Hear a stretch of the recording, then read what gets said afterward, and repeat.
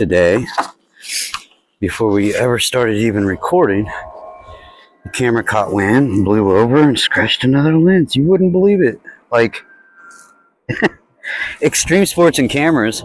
You put the zipper in it in the hole. Okay, it's gonna be one of them days, huh? Breaking cameras. Haven't even ridden yet. Been running around trying to find a... Alright, I'd like to tighten up turns today. We don't need a lot of space to do that. Figure eights are great. Gotta learn in both directions. Got some nice shit. I forgot to clean off my glasses. Gotta look through that shit. How we feeling? Ew. Off to a horrible start. So I didn't put the foam around the microphone, so I don't know if it's going to be bad or good or too hot, catching too much.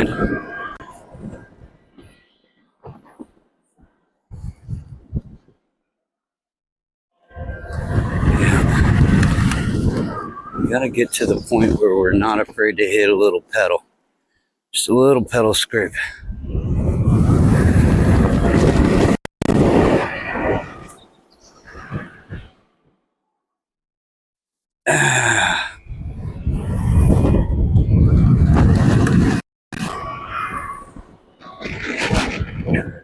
Around the other way, figure eight it.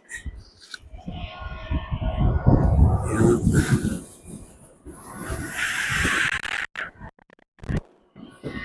See, we don't need much space at all, guys, to zero in on something. Zero in on things you need to focus on. What's been great about making these videos, what's been making these videos is great is I get to see what I've done and figure out where my weaknesses are and what I need to work on next. So, almost popping off the road a couple times yesterday and a week, and I need to keep working on the angle of my turns. I can't be afraid to really give it when it needs it. And that's what these TEF1 racers are doing, man. I mean, they're just fully cocked out, leaned out everywhere they go, you know. 90% PWM every direction they turn, every stop, every angle. Just afraid to stand up on this thing and really lean it. Now, if this is a sit-down race, hell, I'd have it in the bag. If this is the Nürburgring, shit, I think my smooth riding style would get me across the finish line. And what I mean by smooth is smooth when we're going fast. I try to be pretty smooth about my PW when I'm up in speed. And there we go. On the line.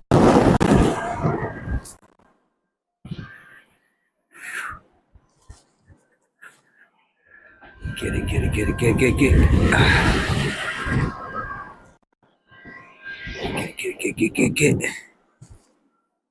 There we go.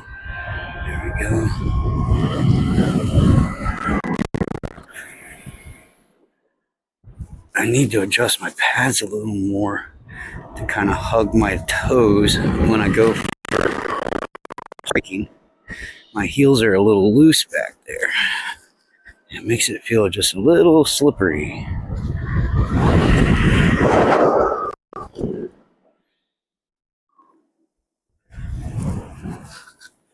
Switch it up. Switch it up.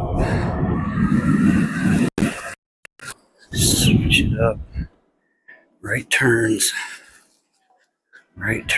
Lean out, touch the ground, Ryan. Don't be afraid. Lean out and touch the ground, dude.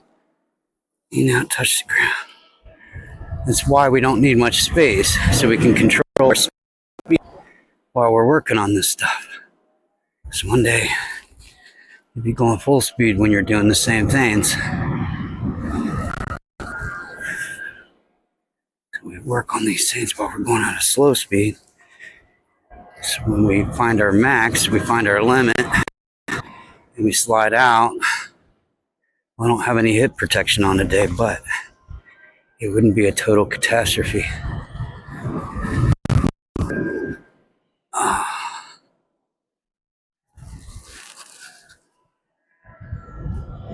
Yeah, there you go. Ain't out there. Don't be afraid. Ain't out there. There we go. Put these arms out here. Get them out. Out, out, out. There you go. Pull it in. Push it out. Push it out. Pull it in. Push it out. Exactly set up perfectly. I could work on the arrangement a little bit. Yeah, just got to get out here and start turning, that's all. Yeah, I could work on the arrangement a little bit.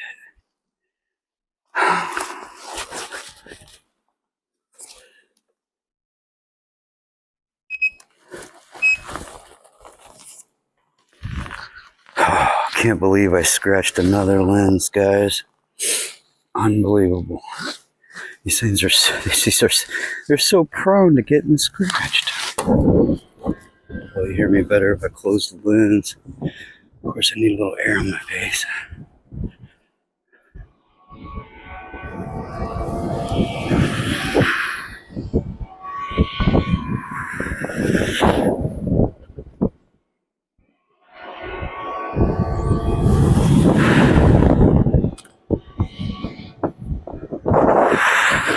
Ooh, wibbly wobbly there.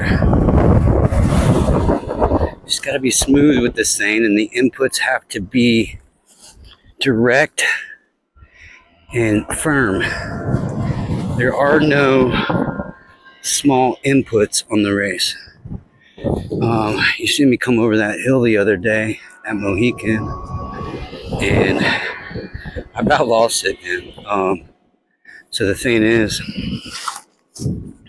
there's a split off there, there's a Y there, and I could have gone to the right, and I think for a second I entertained the idea of going right, and just that small little input, that small little hesitation coming up over that crest when the wheel was a little more lightweight, literally it almost took me out. I had to try to relax, at the same time kind of grip my knees together just a little bit, not too much to where it starts shaking your whole body around, but enough to where it stops it from getting out of control.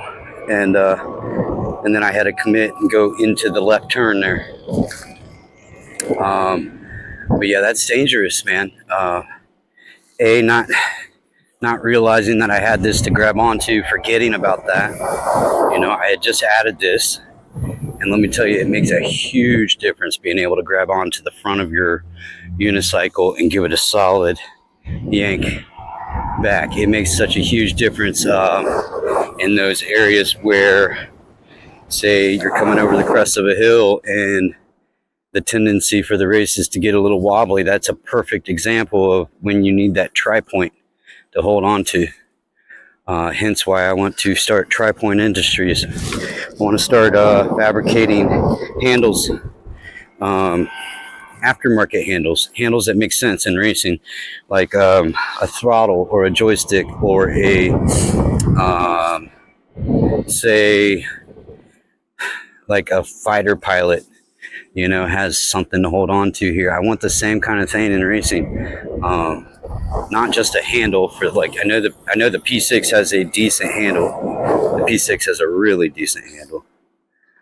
But, you know, for other brand of EUCs, and eventually, you know, like, they're really going to have to start putting ceilings on these races.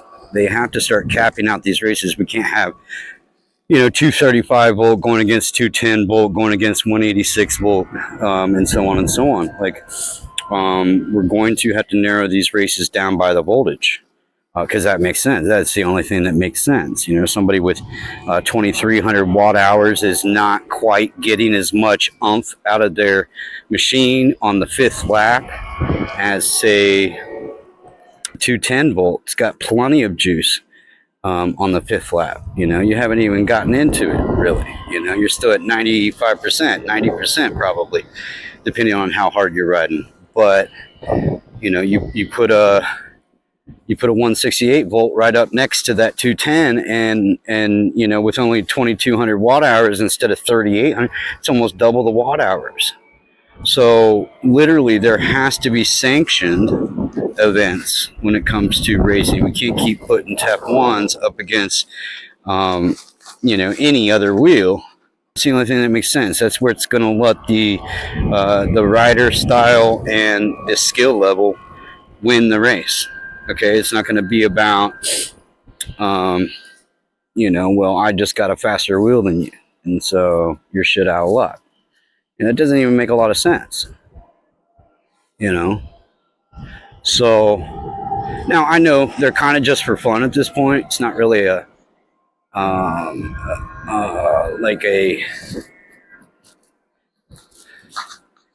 inspectors. No, that's not even the fucking word, dude. You got too high, bro. What would they be? You know, when you go to a race, and, you know, look at the crowd. The crowd. It's not drawing much of a crowd yet, but it will. Hell yeah, it will. Hell yeah, it will. You kidding me? We keep pushing this. And guys, I know there's a lot of kind of a teeter-totter kind of subject. You know, a lot of people love the P6. Some people are kind of giving it some hate right now, and for reasons that they can't control. Okay, the P6 is going to come out just like the next wheel after that, just like the next wheel after that, just like the next wheel after that, and it was the same in every other extreme sport. It is the same in any other motorsport. You have people trying to go faster and faster and faster, and what's great is that we have racetracks to take that kind of energy to.